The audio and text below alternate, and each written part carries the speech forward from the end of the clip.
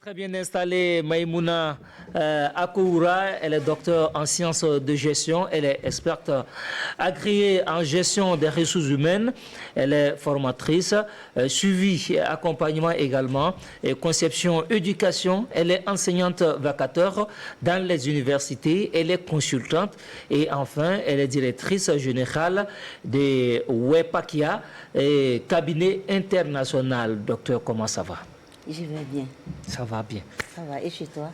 Ça va aussi. On peut dire que ça va. Ça fait deux séances qu'on n'a pas eu la chance d'être ensemble.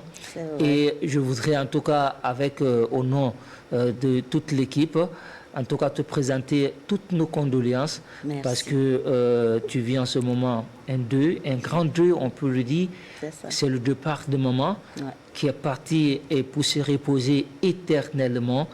Et on peut dire, on peut être fier de cette maman qui a vécu utilement, déjà en mettant au monde ses enfants bénis comme docteur. C'est déjà sa contribution pour le développement de la nation. Que maman repose en paix. Amen. Voilà. Merci beaucoup. Merci à toute la rédaction. Oui. Merci bien. Tu le mérites, tu le mérites. Et malgré tout, tu as encore le sourire et tu as décidé une fois de plus de venir nous édifier sur ce grand thème pour changer encore la vie des populations et surtout des jeunes burkinabés, avoir un leadership efficace pour réussir en tant que manager. Déjà, on va essayer d'éclater le thème pour avoir une connaissance sur toi, ta vision de leadership et bien sûr de management. Merci, Dave. Donc, le management, on peut dire que c'est un ensemble de techniques pour gérer, organiser, diriger, coordonner le travail dans une entreprise, dans une équipe ou dans un service. D'accord. Donc, c'est toute cette faculté qu'une personne a à pouvoir organiser le travail de tous les jours, suivre, superviser, coordonner son équipe, en tout cas orienter et diriger le travail pour atteindre les objectifs de l'entreprise. Voilà. On peut dire quelque part que l'entreprise se pose sur ses épaules. C'est ça. Les managers ont un grand rôle dans l'entreprise. Oui, oui. Surtout les managers qui sont intermédiaires, ceux qu'on va appeler les chefs de service, les chefs d'équipe, parce que effectivement, c'est eux qui permettent d'atteindre les objectifs. Général, mais voilà. Ce sont les sous qui sont qui sont sur le terrain, comme on aime le dire, avec les autres. Sinon, celui qui est au-dessus là, lui, il est beaucoup plus bureaucrate. Il est là pour regarder. Et d'une manière générale, superviser, voilà. Mais ces managers dont nous parlons, ils sont vraiment le pilier de l'entreprise. Voilà pourquoi il est quand même nécessaire de voir comment les outiller pour pouvoir atteindre l'objectif. Les outiller et les motiver. Et les motiver. Et pour pouvoir les outiller, il faut les amener à développer le leadership qu'ils ont en eux. Parce qu'on ne choisit pas un manager pour choisir. Voilà, parce que le leadership va être cette capacité pour ces personnes-là de mobiliser les gens autour d'eux, d'influencer les gens, de les guider. Donc vous voyez que ça vient, on va dire que ça fait partie du management. On ne peut pas vouloir coordonner, organiser des équipes ou tout un service sans avoir cette capacité de pouvoir mobiliser les gens autour de l'objectif qui nous a été assigné, sans pouvoir amener ces gens à s'impliquer. Le management et le leadership nous donne cette capacité-là. Voilà pourquoi le thème, je l'ai proposé, et le leadership efficace. Parce qu'il ne suffit pas de dire « je suis leader ». Est-ce que réellement vous l'êtes et est-ce que votre leadership est adapté à votre contexte? Parce que tout dépend de là où nous sommes et des personnes qui sont devant nous. Et aussi de l'objectif et de la stratégie de l'entreprise. Est-ce que notre leadership est adapté? C'est ça. Voilà, donc et je pense que c'est un peu nécessaire de revenir sur ça parce que souvent on pense que c'est un acquis. C'est vrai. Pourtant, être un leader, on peut être un bon manager. Lorsqu'on est un bon leader, on a déjà cette capacité-là d'être un bon manager. Est-ce qu'il y a la différence ou la nuance, c'est quoi entre leader et manager? La différence d'abord est que le manager ou le management, on peut dire que c'est une science, c'est une fonction. On te dit que tu es chef d'équipe 2. D'accord. Or, déjà, le leader, on n'est pas leader dans une fonction. D'accord. Ce n'est pas un titre officiel non plus. C'est le charisme d'une personne. D'accord. Le leadership est le charisme et la personnalité d'une personne. Ouais. Et nous savons que la personnalité, puisqu'on nous dit que dans les compétences, pour être un bon manager, il y a les compétences. Et dans les compétences, il y a le savoir-être qui fait partie. Ah oui. Voilà, donc on va dire que le leadership va beaucoup être concentré sur ça.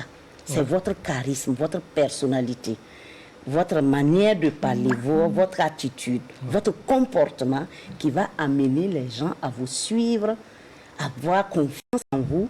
Parce que ce qu'il faut retenir, dans le leadership, il y a forcément cette notion de confiance. Oui. On ne peut pas guider des gens qui n'ont pas confiance en Bien vous. sûr, on ne peut pas les impliquer. On ne peut pas non plus les influencer. Quand on influence quelqu'un, c'est lorsque la personne est disposée d'abord à vous écouter et à être là pour que vous puissiez les influencer. Et comme vous le dit, un leader, c'est celui qui unit et non celui qui divise. Qui divise, c'est voilà. ça. Il a vraiment ce don souvent qui est naturel d'amener les gens à un consensus, à comprendre, à accepter et aller dans le sens. Oui, ça peut être naturel, mais aussi il faut... accepter sans forcer. Sans forcer. Alors, pourquoi le leadership est-il bénéfique à la carrière de manager? Le leadership est bénéfique à plusieurs domaines. Déjà, ça permet aux managers de gagner en autonomie et même dans les perspectives. Parce qu'on a parlé tantôt de la confiance. La confiance fait partie du leadership. Voilà, donc lorsque vous êtes leader réellement dans votre équipe, vous êtes arrivé à un moment où vous avez pu inspirer ou instaurer la confiance dans votre équipe. C'est ça. Et lorsqu'on instaure cette confiance au niveau des collaborateurs, obligatoirement, ça va monter aussi en haut. Puisque avec les collaborateurs, on arrive à aller ensemble. C'est vrai. Et du coup, la direction, si on peut l'appeler ainsi, aussi est là. Et la direction voit. Et du coup, cette confiance aussi monte là-bas. Et lorsqu'on a une équipe qui a confiance en vous, ça vous donne la possibilité de pouvoir oser des choses, des nouvelles pratiques, puisque les gens sont disposés. Vous pouvez oser des nouvelles pratiques. Vous pouvez sortir, vous allez sortir des champs battus, comme on aime le dire. Vous n'allez pas toujours faire comme les autres, parce que faire comme les autres, les gens sont déjà là. On va innover. On va innover. On va apporter du sang nouveau, comme on le dit. Et on est prêt à vous écouter. On est prêt à vous accepter. Parce qu'on a confiance, en vous. Tout ce qui vient de toi, on dit... C'est bon. C'est bon. Donc, vous voyez, déjà, ça vous permet de gagner en autonomie, mais aussi en efficacité. Oui. Au lieu de passer le temps à vouloir motiver toujours les gens tous les jours, parce que ça c'est le problème aujourd'hui dans nos entreprises. Tant que vous n'êtes pas derrière les travailleurs, ça ne travaille pas.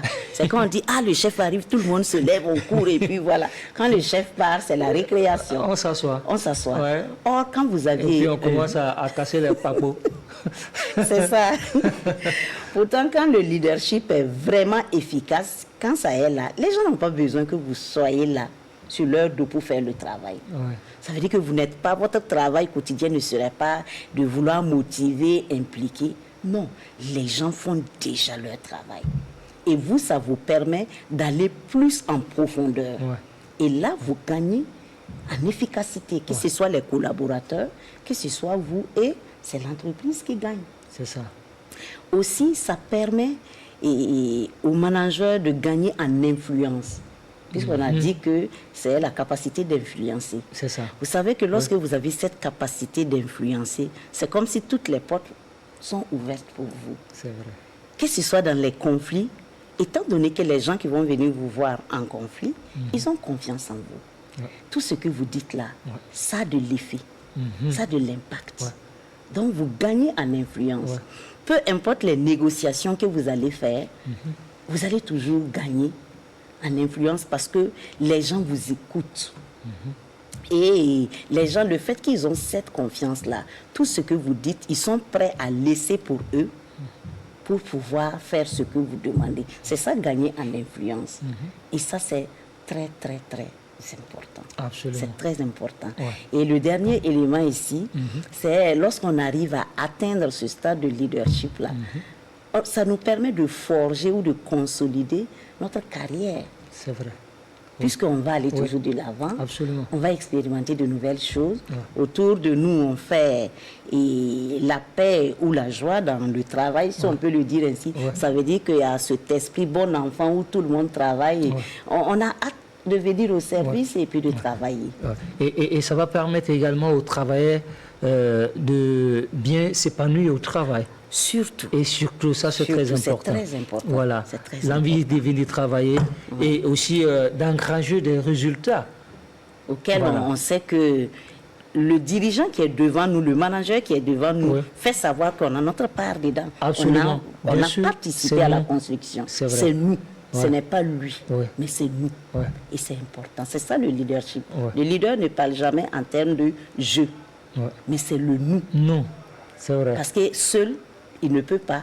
Mais c'est le fait de pouvoir entraîner tout ce beau monde avec lui, qu'il est là où il est. Donc, il parle en termes de nous. Et ça fait chaud au cœur quand même pour les travailleurs. J'ai suivi une structure comme ça en tant que consultant en communication. Et c'est une dame qui était le manager général, hein, voilà, la directrice, hein, si on peut le dire. Et quand elle est arrivée tout de suite, elle dit, mon combat, ce sont les travailleurs. Je mets les travailleurs au cœur de la vie de l'entreprise. Mais en si peu de temps, elle a obtenu l'ISO. Ah oui, ça va de soi. Et chaque fois, on parlait de son management hors pair, de son leadership. Donc, ça me revient en fait. Pour ajouter à cet exemple aussi, il y a une entreprise sur la place qui évolue dans la fabrication des machines. Le maintien des machines, ainsi de suite. Mais dans leur publicité, vous n'allez jamais voir une machine. Dans la publicité, vous allez toujours voir que les travailleurs. On leur pose des questions. On met, et quand on leur demande, mais où votre publicité, on ne sait même pas c'est quoi, ils disent non.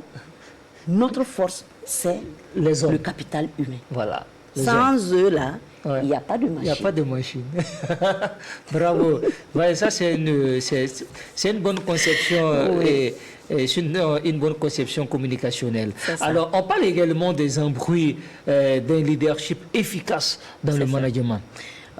Effectivement, parce que quoi qu'on dise, lorsqu'on parle souvent, les choses sont simples, hein, mais sur le terrain, ce n'est toujours pas évident. Voilà, donc il y a des choses qui peuvent venir nous embrouiller ou bien embrouiller notre leadership. Et nous allons essayer de citer quelques éléments.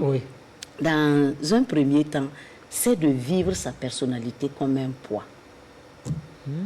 Lorsque vous travaillez, et que le travail devient comme un poids. Votre personnalité dans le travail devient comme un poids. Parce que peut-être que c'est difficile, les enjeux sont trop grands, les défis sont très énormes, vous n'aviez pas une ressource humaine qu'il faut, ou bien c'est le matériel, les ressources matérielles ou financières qui vous manquent. Vous voyez, ça devient un poids sur vous.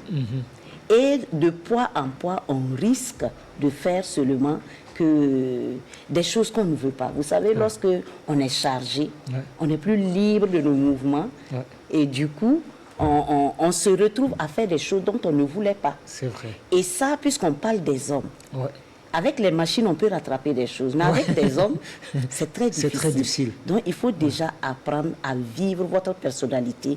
Sachez que si on vous a permis d'être manager, même si vous estimez vous-même que vous n'aviez pas la capacité actuelle, c'est qu'on sait que vous pouviez travailler à avoir la capacité. Il y a une confiance quelque part. Il y a une confiance à quelque part.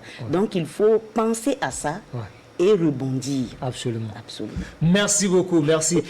Il faut revenir la semaine prochaine avec le thème, ce même thème, puisqu'on a encore pas mal de questions sur ce magnifique thème. Hein. Et aujourd'hui également, on a pas mal de structures, sur pas mal de personnes également qui veulent construire leur carrière sur le leadership et le management efficace. Et la maison et et la personne aguerrie, en tout cas, pour nous éclairer, c'est bel et bien Dr Maïmouna Akoura. Merci. Voilà. Tu restes avec nous, c'est pratiquement fini pour aujourd'hui. Okay. Voilà, télématinale, j'espère que vous avez pris beaucoup de bonheur à rester à notre compagnie. Merci à la réalisation, merci à toute l'équipe technique, merci à la production. Cultivez toujours la paix et l'amour autour de vous. Et bien sûr, sans doute et forcément, n'oubliez pas que nous avons qu'un seul pays, un seul paradis sur terre, c'est le Burkina Faso. À demain, 7 heures.